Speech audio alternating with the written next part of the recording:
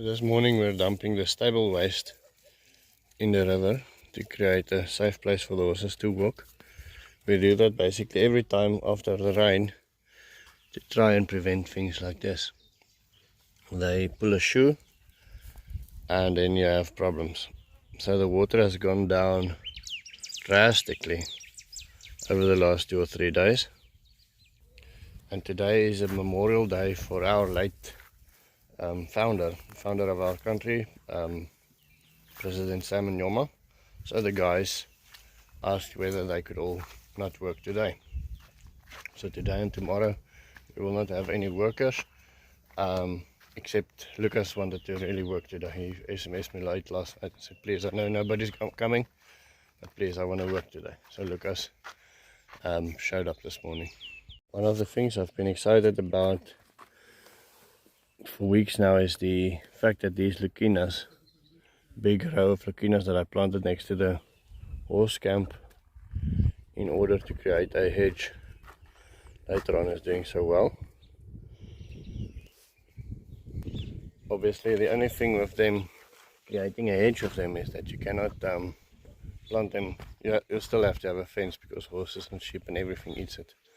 So it's not going to be a living fence, a living fence per se, because everything will eat it. But it is a fantastic hedge and something that you can chop off, put that in the camp for basically everything that you can think of to eat it. And obviously leucenas grow loads and loads of biomass, so that is obviously a big benefit. You can chop and drop.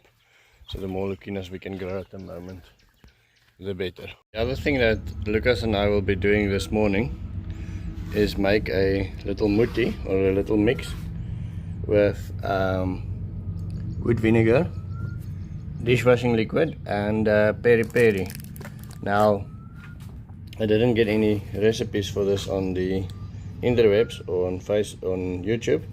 I just saw the comments, and somebody sent me a message that this will help for citrus fly. Now, they didn't say the wood vinegar, I just have some wood vinegar. Wood vinegar is a wood stimulant or a growth stimulant if you use it correctly. But if you just use a little bit, then it tastes like crap. It smells like cigarette butts. And so I think the worms will not like it. Dishwashing soap, we unfortunately don't have any organic or bio-friendly dishwashing soap in the town, and this is basically just used to make the other ingredients sticky, so they stick a little bit to the leaves of whatever it is you spray on. So we're going to spray on pumpkins, and we're going to spray on citrus especially, so the worms don't get to them. Now I'm just going to add like half of that, most of this, like all of this I think, and 2 little lids of this, and then we're going to spray that with this can. Okay, so obviously that shouldn't do that. Peri peri is now in, dishwashing liquid is in, wood vinegar is in, and now we're just going to stir that. Now I know this thing is a little bit old and broken. I will probably get a new one this week still. Wat denk jy, Lukie? Gaan hy werk? Hy sal werk, ja. Hy sal werk. Hy sal werk. Goggas, hy gaan hom nie eet nie. Hy sal nie eet nie. Ja. As hy nou die goed sit, man. Hy sal nie eet nie. This is our citrus tree close to our house. Now it's been decimated by sheep in the past, that's why it's growing lots of stems. So I would like some advice in the comments, maybe whether I should, I know later on, cut the biggest one and leave it, or would you suggest we do that already? You can see this guy here, for instance, he's hiding there, and this one here already on there. On this farm they take a little citrus bush like this, and you inspect it the one day, you see no worms, and then the next morning it's completely decimated. First we're just gonna remove the worms with our hands in case our mutti doesn't work. Take this one off, take this one off. I saw one more somewhere there. Take this one off, and then we'll spray it. Okay, Spray gou daarso.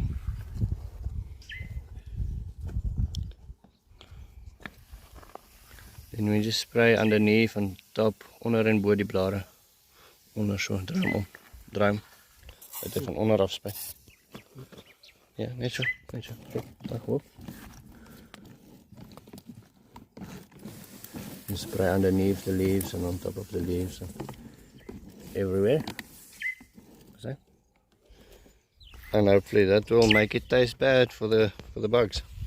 And then the worms make a nice snack for the chicky hens. The chicky hens needs to be fed still. Let me open here quickly and just see whether they will take that. Come chicky hen, don't come out. They are too tame and they're so used to us letting them out that they're not even seeing the worm. Let's see.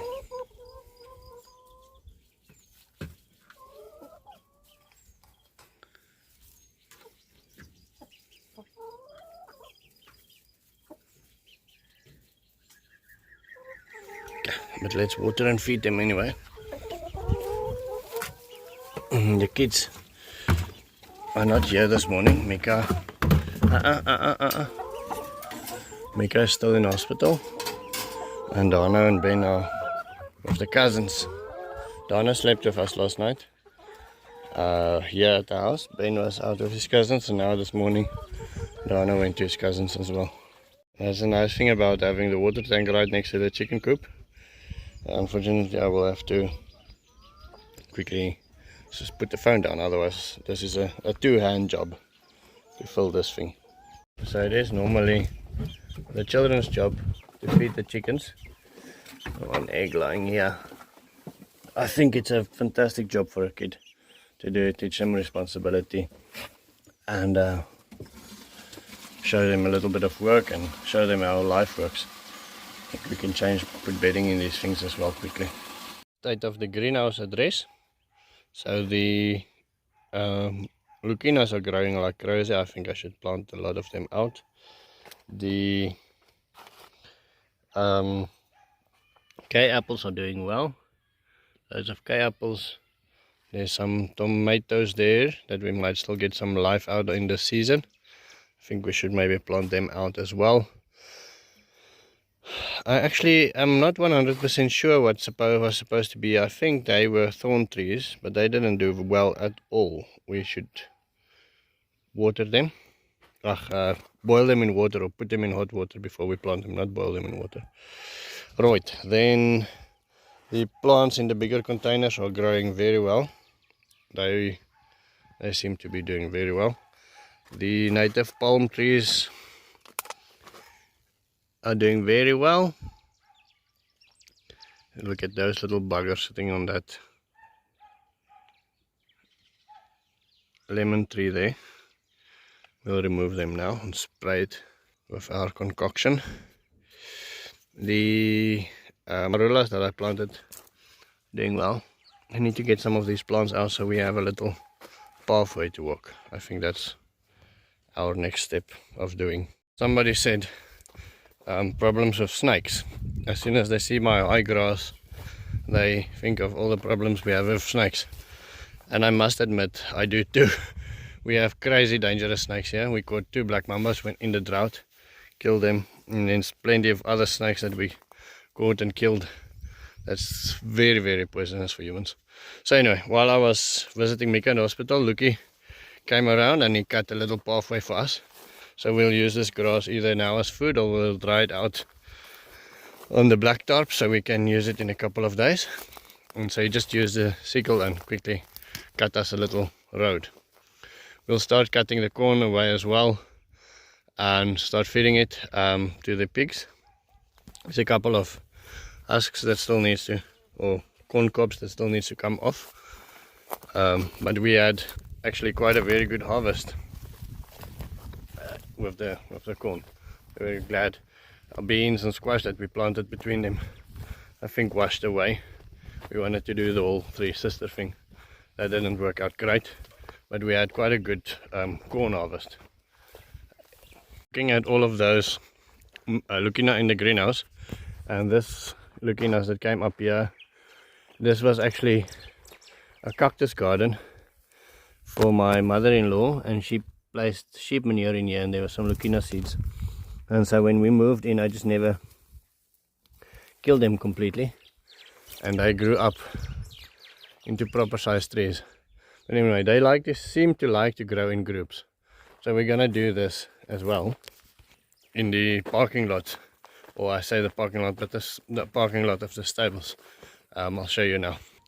So my car spends a lot of time under this tree, and I know we'll build a shade soon for it. As soon as that roof comes off, probably get around to it, but it spends a lot of time in the shade of this single tree. Then 5 meters further we have one of the native berry bushes.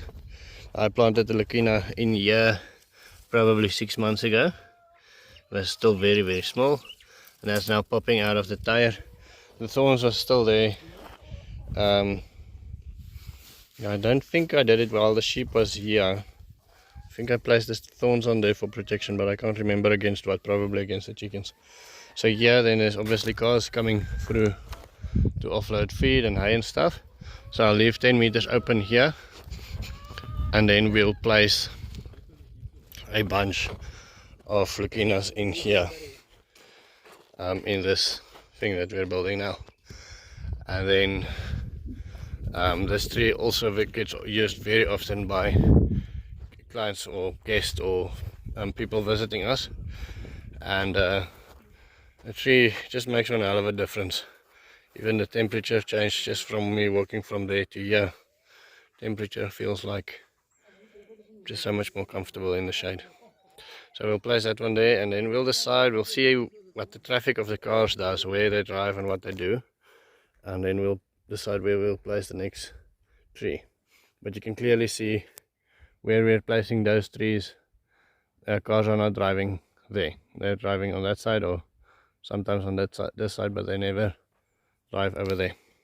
Okay, so we had added 10 trees in this little thing.